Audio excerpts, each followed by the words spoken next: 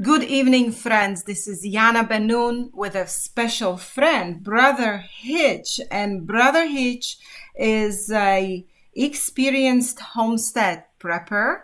He was once on a program with us with Steve. He started the series of programs we are going to have with Brother Hitch, and he will be talking to you about how to prepare for coming crisis. Welcome, Brother Hitch. Welcome. Thank you. I'm glad to be here again. It's great to be back with you, and I'm glad that you're feeling better. Yes, I feel a lot better tonight. So I'm so glad that I can do this program with you. And we have talked a lot offline and spoke about prepping for the coming crisis.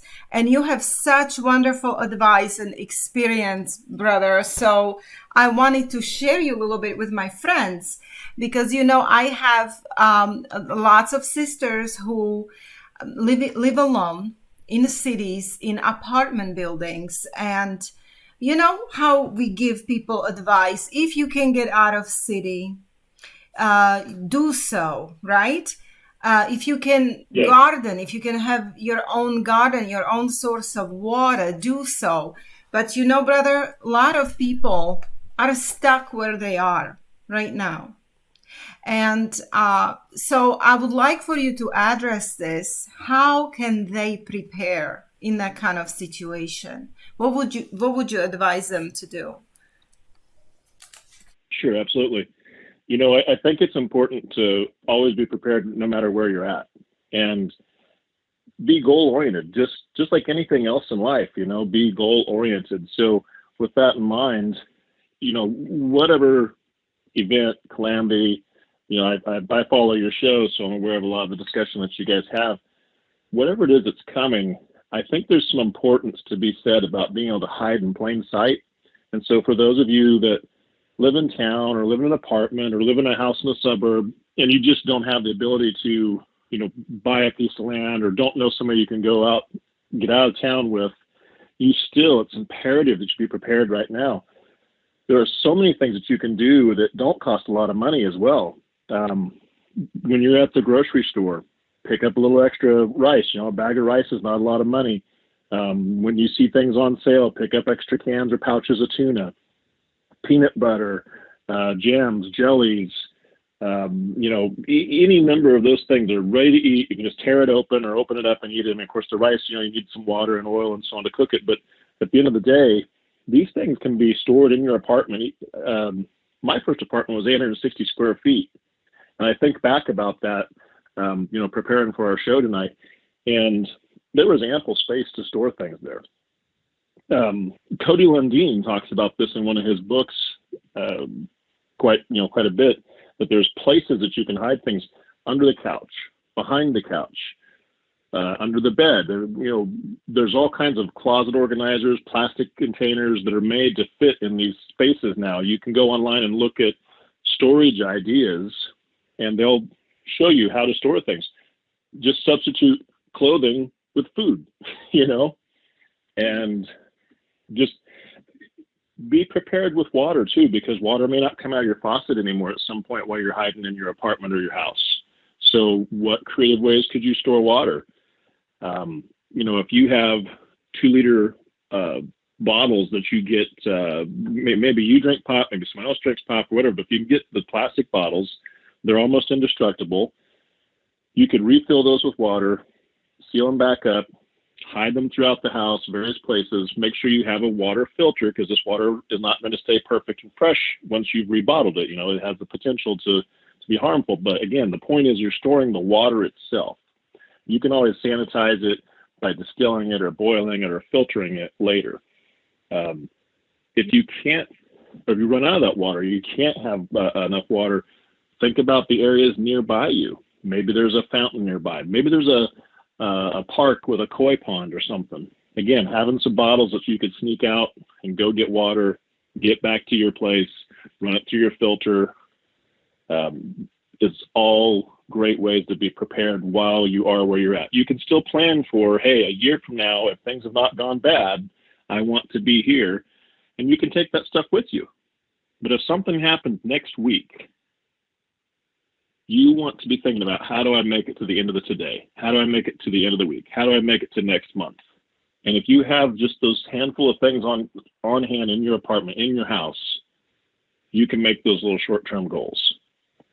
That's very true. Now, you did mention some name of some book. What was that book about? So there's a author, Cody Lundin. Actually had a TV show on for a while, and it kind of went awry because he's not the Hollywood type. He's not the well, I won't name names, but he's not like the Hollywood Survivor show series guys. He's the real deal. Cody has two books that I'm aware of that are really good. One of them is 98.6 Degrees, Keeping Yourself Alive, or something like that. And then the other one is When All Hell Breaks Loose. And both of those books are great books to read. The second one, When All Hell Breaks Loose, has a good portion of the book talks about the psychology of what's going to happen to people. And I can't stress this enough. And this is something we'll talk about in a later show, but I'll just touch on it for right now. The people that you surround yourself with when you're huddled up for survival is going to make or break you. Okay? And Cody's book talks about that a great deal. But you move further through the book, and he talks about these ways to survive in town. There's some great, I can't think of them off the top of my head. I tried to find him, I couldn't find him, but there was a guy that did a web series on how to forage in town. He was in Los Angeles and was showing, hey, there's places where you can sneak out and go find food growing, in town. And places he was, talking about how to find water. Anything like that you can go and research right now, I think is imperative. Yes, yeah, I agree. And do you think that people should start looking, kind of feeling out their neighbors and maybe see if they can talk to them, if they can feel, Absolutely. If they can feel them out, what are their opinions and feelings on a situation, and perhaps make friends and ask them, what if we were in this kind of a situation? Can we stick together and help each other? Do you think that's a good idea? Well, absolutely. I mean, first and foremost, I'm a brother in Christ, and I reach out to my neighbors because I want to get to know my neighbors. I feel it's my obligation to get to my neighbors and bring them the good word if they're interested. But beyond that, looking at from a security standpoint, I want to know who my neighbors are. I want to know who lives in their house. I want to know what the comings and goings are. I'm not trying to be nosy, but that way, if something is awry, I can go, hey, that red truck doesn't belong there. I should probably call my neighbor and let him know. Well, so taking that step further, as you get to know your neighbors, absolutely you should find out if they have any sort of a prepper mindset, or, any sort of a mindset towards thinking that bad things could happen, and what would we do to survive? How could we get past that? And you want to be really cautious about how you bring this up with people, because the stereotypical quotation marks prepper can be a little scary to some people, but just feel them out, ask them some questions and say, gosh, it looks like things are, could be really bad with these riots, or what if that happened here? What would you do? See where they go, just talk to them a little bit. Don't share what you have until you really feel confident, though. You don't want to start the conversation with, well, I'm a prepper and I have all this rice and beans and bullets and Band-Aids and so forth.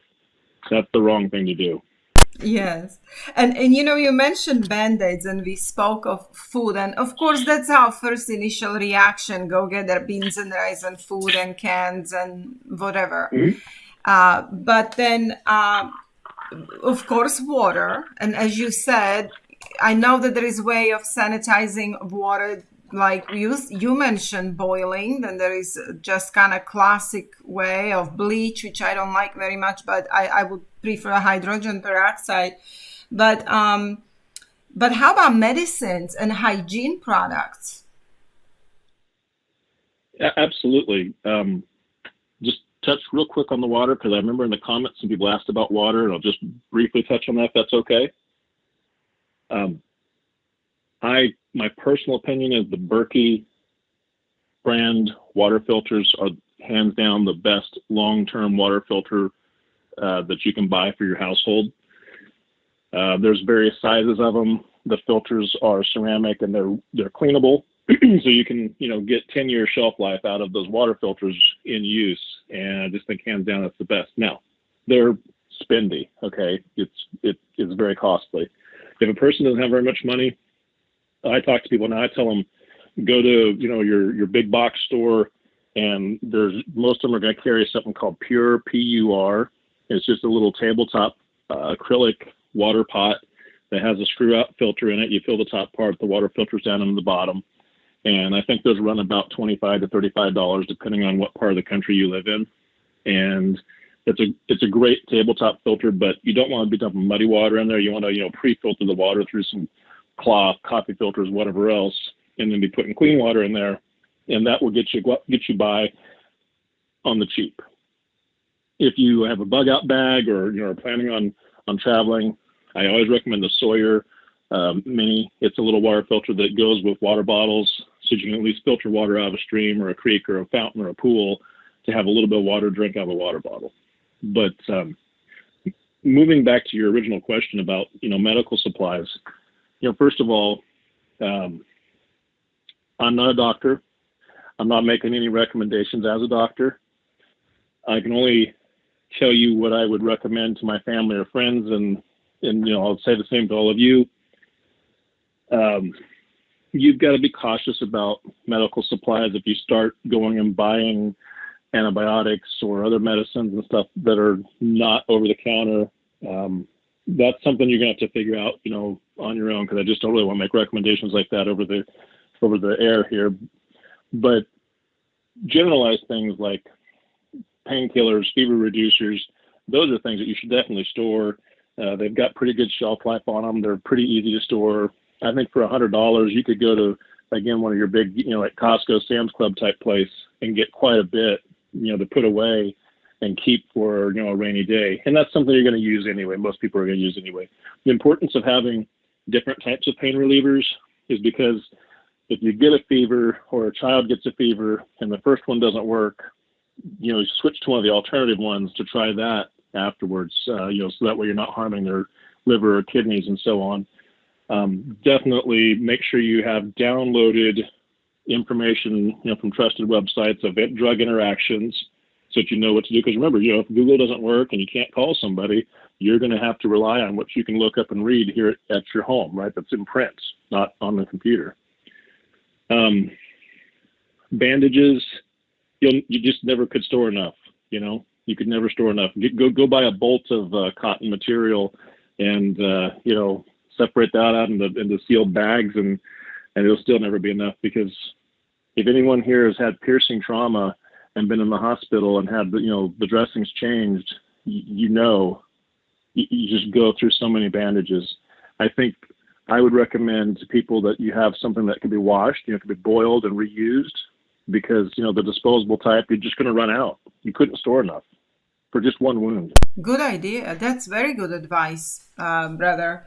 And also print out information on drugs, because we tend not to remember, right? And everybody is today used to go online and check things, but keep in mind that we might not have internet or we might not have electricity. So in starting your preparations, I would print out informations on any kind of medication that you are storing. So that way you can refer to it, right? Isn't that something? I mean, that's... So you can store it correctly so that if there's adverse reactions, you already know. You've downloaded the page from WebMD or from your doctor, whatever, that says, hey, if this happens, do this.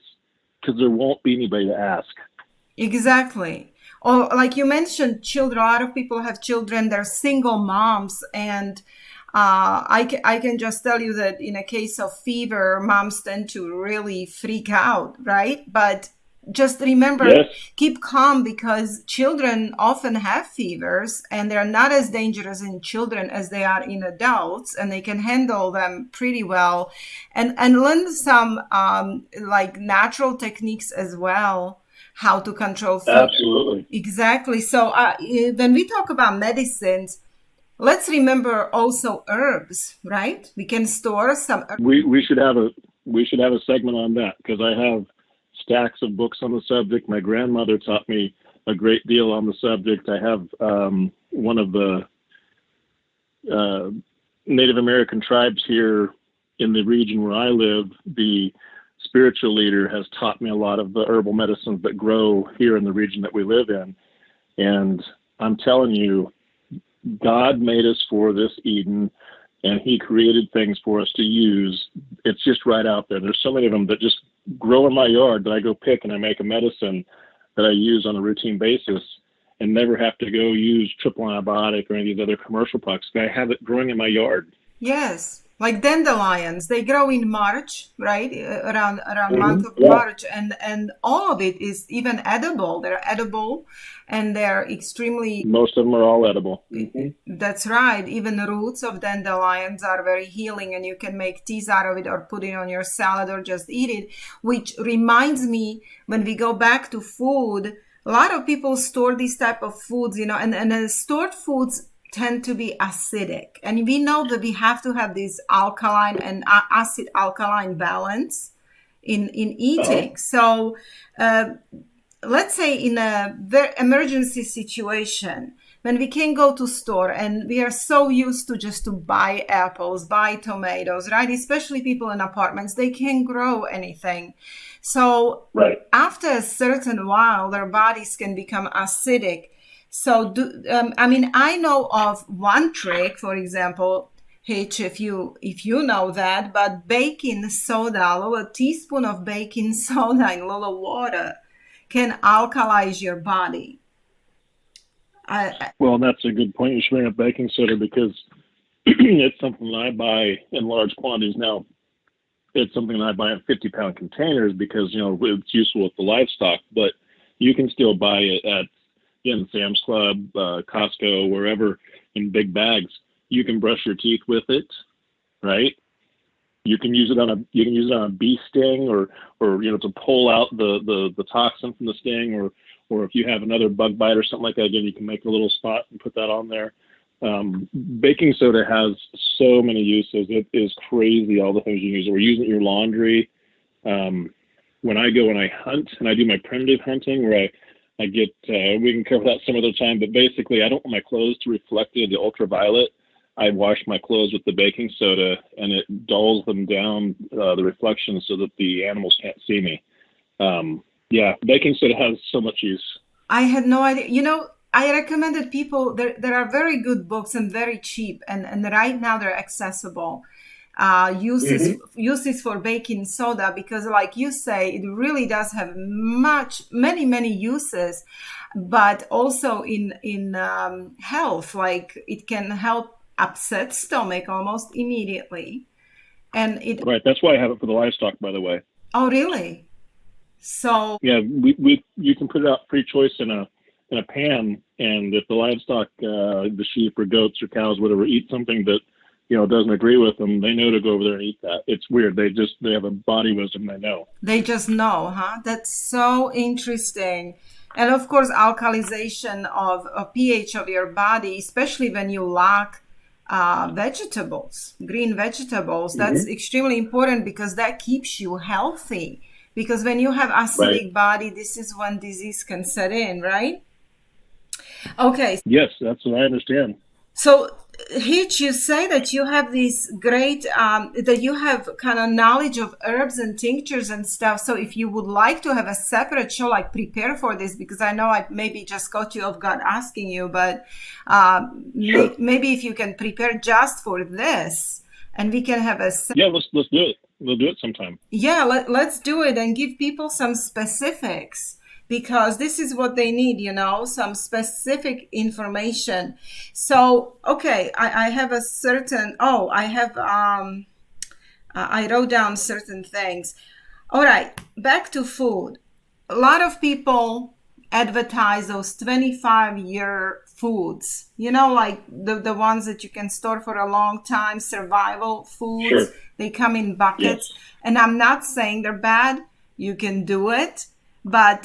And I have bought myself a few of the buckets for my family. But, I always examine what's on the back of it as far as vitamins and basic nutritional information.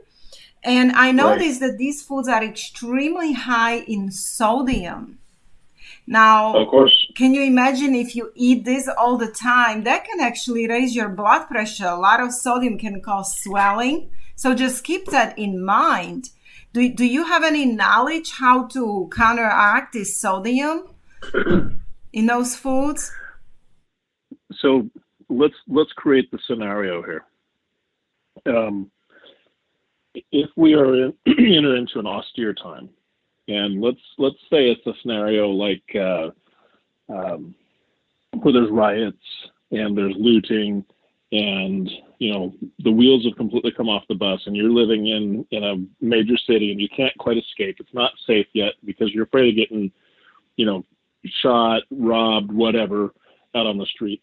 The food that you have in your house to eat, in my opinion, some of the normal health concerns are going to have to take a back seat, right? Because you're in a situation where, okay, you don't have air conditioning. It's probably going to be hot if it's summertime. If it's winter, it's going to be cold. Depending on where you're at, of course, it could differ. If you're in Florida, that's different than Minnesota. But you, your lifestyle is going to be dramatically different, and you're going to want to really plan that out. I think that the goal will be, once you get out of there, so because you're going to run out of food, you won't be able, you couldn't possibly store enough for years and years, right? So having the plan for getting someplace else and being back to a normal agrarian lifestyle, and hard work, and you're burning lots of calories, and eating healthy food that was grown from the land, I think that's going to work itself out. Really, I really do, because at the onset of whatever it is, for example, I have a lot of rice stored. I don't generally eat lots of rice all the time anyway, at least not white rice, but that's what there is that I can buy in bulk really cheap. You know, um, you could buy other things like barley and wheat, right? But if we're talking about someone that's on a really tight budget, rice and beans are some of the cheapest things they can buy. So, so yeah, your diet's going to suffer. The sodium's going to be higher. Um, as a farmer rancher myself, I probably consume more sodium than a lot of people. But today, while I was working outside in the heat, I expended so much that my shirt and my pants have salt stains in them from all the sodium leaking out of me. And if I don't consume more sodium, I get these terrible cramps at night in my sleep. Yes, yeah, that's true. I mean, but I actually learned a little trick because of the sodium issue. Right now, people can still purchase ionic magnesium. If you look on Yes. Amazon or online, ionic magnesium, because usually we are very low on magnesium anyway, even with our regular diet. And magnesium will be probably mineral that it's lacking the most in all of these survival foods. So I kind of recommend people go buy ionic magnesium, and you can take a little teaspoon under your tongue, right? Mm-hmm. And that Yes. gets immediately into the bloodstream, and that can kind of, I think, counteract this high sodium and lower blood pressure, because this high That's good to sodium, know. yeah, because this high sodium in these survival foods is a real concern if that's the 3 meals a day you eat, which I actually think, what do you think, Hitch? I think that we need to learn for survival how to survive on 1 meal a day, don't you think? Well, and then again, it's going to depend on what you're doing. If you're hiding in an apartment, your caloric intake is not going to be as high as if you're out working on a farm in a survival situation, right? Well, So, yeah, that's true.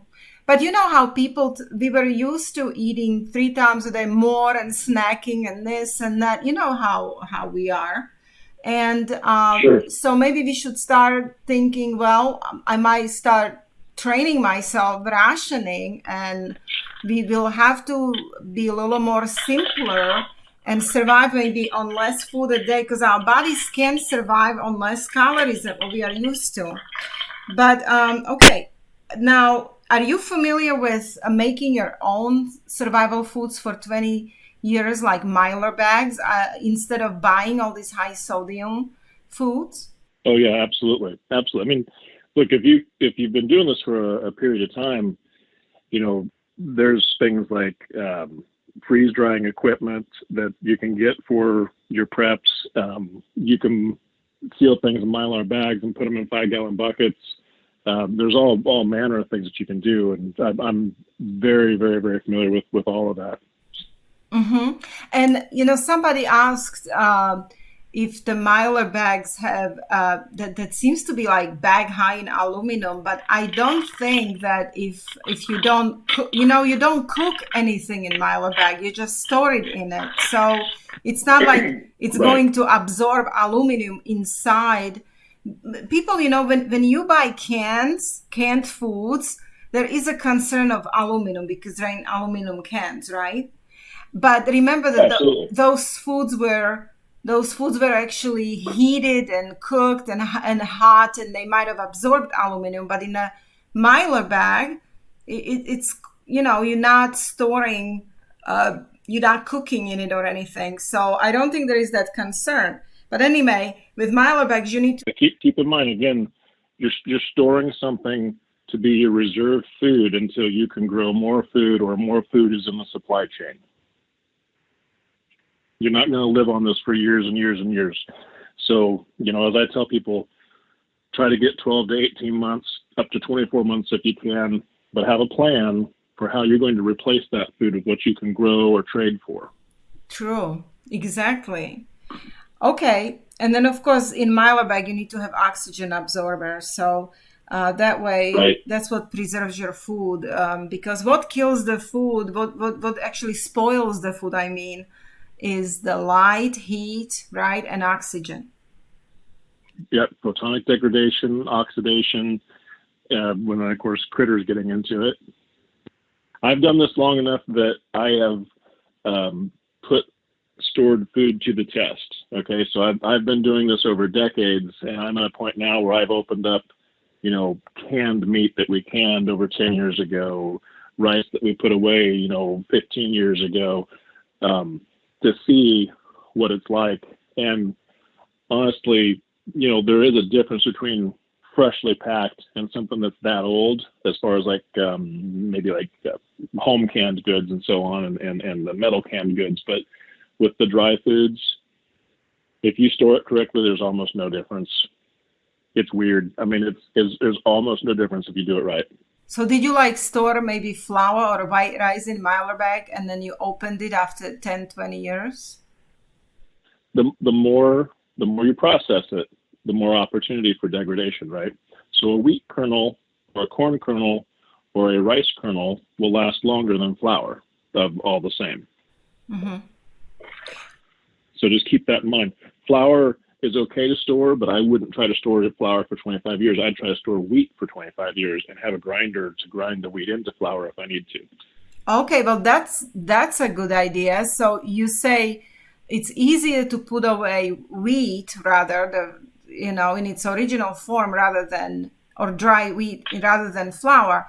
And right. I agree. But then let's say we have no electricity. So people need to think of maybe purchasing a small grinder that does not require electricity. Yeah, don't buy a grinder that requires electricity in the first place. The country mill grinder is probably the most preferred one that I could name, but there are some cheaper ones that you could get by with as far as hand crank grinders go. But again, if it's something you're going to depend on with your family's life and so on, you want to buy the best possible quality you can, because there's not going to be replacement parts, right?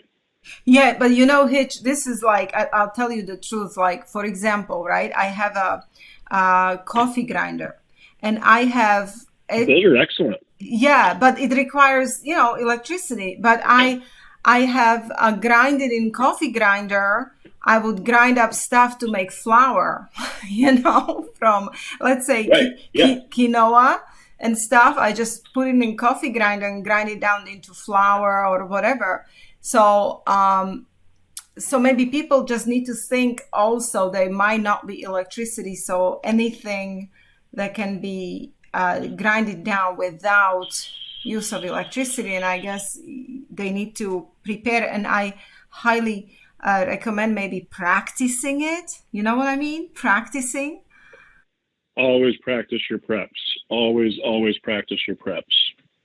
You don't want to find out, like, um, and I won't name any names to pick on anybody, but there's a popular seed vault that you can buy, and it's this metal can, and it's got seeds in these little, aluminum bags, and they're all sealed up. And, people buy this thinking they're going to grow a garden. And if you've never grown a garden and you open this thing up when, things are terrible, you're not going to succeed. Yeah. So always practice everything. Yes, exactly. Now And the great thing about all of this, because again, I read in the comments and people are talking about, well, why would I do this? Why would I do that? God's going to take care of me, and I believe in the Lord, and He's going to protect me. Let's take a step back here. Number one, if you buy a grinder to grind flour, and you actually practice it, and you actually make bread from scratch, or you make noodles from scratch, what a great thing for your family to do. You spent time with your kids, you made something that was wholesome and with your own hands in your own house. The great feeling that you'll get from that, the fellowship with your family or your neighbors or your friends from that is worth so much if nothing ever happens. But on the other side, I always fall back on, people know that I'm openly Christian, and people sometimes will say to me, well, if you believe in God, He's going to take care of you, right? Why would you prep? And I refer them back to, the first book of Proverbs, when wisdom speaks. And then if you don't listen, wisdom mocks you. And I'm not a scholar of the Bible. I study it a lot. I read it a lot. I listen to a lot of shows such as Stephen's to learn more. But I have yet to find anywhere in the Bible where it says, don't do anything. God will always take care of you. Exactly. Well, we have examples of preppers in the Bible. One of them was Joseph, and it's just a wise thing to do, as you say, brother, to prepare for the times, especially now, seeing crisis coming and these riots picking up. So we have to think about our families and children. I have something here on my notes, and it's maps and tents. Like, let's say, do you recommend that people just pick up a simple tent in a case they have to quickly leave for any kind of reason? And then, of course, having a map, paper map, those old-fashioned map, because GPS might not be. Right. So like maybe check out where you live. You can still go by if there's a truck plaza anywhere near you, like a Flying J Travel Plaza, those places, big truck stops. They've always got lots and lots of printed maps. I would recommend you get a Rand McNally 50 States Atlas. Okay. Get maps of where you live, maps of the surrounding area.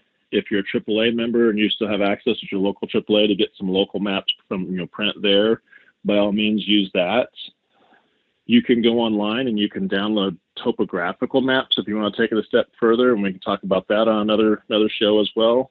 So that you know the topography of the area in case you have to go off road to get somewhere and walk over mountains or through forests or so on. Having printed maps could save your life. Absolutely. Yes. So that's one thing. And then also you already spoke of faith in Jesus, and we have faith in Jesus that He always takes care of us. Or, we have such things as divine appointments. You never know who He's going to put in your path to help you, right? So absolutely. Or who, you never know who your preps are going to help, because maybe you were prepared and something happens to the neighbors, they don't make it home. Let's say there's an EMP and, the neighbor lady doesn't make it home from working, across the state someplace, and you have to take in their children, right? I have considerations like that. How great would it be to be able to take care of and protect your neighbor's kids if they never come back? I would feel very called to do that. I also have a question for you, brother. Did you purchase EMP Shield for yourself? Absolutely. Yes, I have multiple EMP Shield units because, for one, just the day to day. 5 years ago, I had lightning strike my barn, the power pole outside my barn, and I had just replaced all of the old incandescent bulbs with LED light bulbs. Now, at that time, the light bulbs I needed to fill this barn and make it bright cost me about $40 each. And so I had quite a bit of money in light bulbs. When the lightning struck that pole, every single one of those LED bulbs was toast. They didn't work anymore. And I don't know, the cost was, around $800 or so to replace all those bulbs. I was super frustrated. Well, once I found out about the EMP Shield and the protection from lightning and power surges, that was a no-brainer because the damage to the barn was not significant enough that I called my insurance company, right? It was fairly low. My deductible was $1,500, so I couldn't turn it in. But an EMP Shield would have been cheaper than the cost of replacing the bulbs because I think they run about $350 or something like that, or $300 with a discount. Mm-hmm, mm-hmm. And people can, if it's empshield.com, and we do have a code. If you do buy one, the code is capital INL 50. So I will put that in a link for people that they will get 50. I think it's about $50 discount, something like that. So that can help them. But I really think it's worth it. My husband purchased it for my little truck that I have, and for himself as well. And people asked, well, why would we do that if there will be no gasoline or whatever? But I think, imagine that you have to go pick up your child, that your child is not with you. And even if you just have to make that one trip to pick up someone you love, wasn't that worth it, right? So, well, just like my scenario I said, the neighbor lady can't make it home because of the EMP. Yeah. What would she have paid to make it home? She would have paid anything to get home to protect her children, right? Yes. Like you say, but think of your loved ones, because that's the kids, your parents, your spouse. So I think this is why I would do it if I can, So I think it's a wise decision to do that. And I think that Steve is going to have some information on it, that EMP has more uses than just a car. But at this point, do you know anything about EMP? Anything more about it? Just that, again, as a prepper, look, if an EMP happens, it happens. And so the EMP Shield theoretically should protect me, right? But if we enter into austere times and lightning strikes that power pole again and hits my barn, I can't go get more light bulbs. I can't replace my generator. I can't replace my solar panels. I can't replace anything that I own. If I have a generator that's running a refrigerator or that's running my computer that I'm using to look at the extensive files I've downloaded to be able to read later, if they're blown out by lightning, they're just gone. I can't get more in a down, austere times or end of times type of situation. So I was already sold on the idea that it protects me from power surges and lightning. But we see, there's some of the contemporaries that I watch on YouTube, and they talk about the new solar maximum, coming in and more solar flares. Well, yeah, it really could be possible, that we have an EMP, or, God forbid, one of our enemies decides they want to attack us. Yes, exactly. So another thing I see here on my list, we don't talk about clothing because usually people have a lot of clothes, right? It's in the United States, people always had a lot of clothes and access to clothes. But think about the fact also, like, let's say you have no electricity and it gets cold or whatever. So just blankets and maybe sweaters for certain climates. So think about, that if you cannot go and buy socks or, stuff like that, so that you kind of think of stockpiling, or maybe your children may grow out of certain dates. Right. So, I mean, you can kind of add to it, brother, as you feel, or if you have any other ideas for tonight. Well, if you get to know those neighbors, so let's say you have a boy that's 10 years old, and your neighbor has a boy that's 14 years old. Well, wouldn't it be cool to get the hand-me-down clothes from the neighbor with the 14-year-old, so that even if you want to buy new clothes for your 10-year-old, as long as you can, it doesn't cost anything to store those other clothes from the other kid, and shoes, and I know storing socks and underwear that were used, may not be your preference, but if it's a have-to situation and you don't have any choice, I would certainly be glad to have laundered, clean socks and underwear in storage, because I'll tell you what, I've read some stories of some survivors, from Serbia and Bosnia and, the conflict over there, and socks and underwear made their top 10 list of things they wish they had more of. Oh, wow. That's interesting. And I think that would be the case, like you said, socks and underwear. Yes. Very good. Well, brother, this is the deal, that people might have a lot of specific questions, and this is not a live show, so I'm not seeing their questions. But we will monitor the comments. I mean, monitor meaning that we'll look at what people have need of, what kind of information they have need of.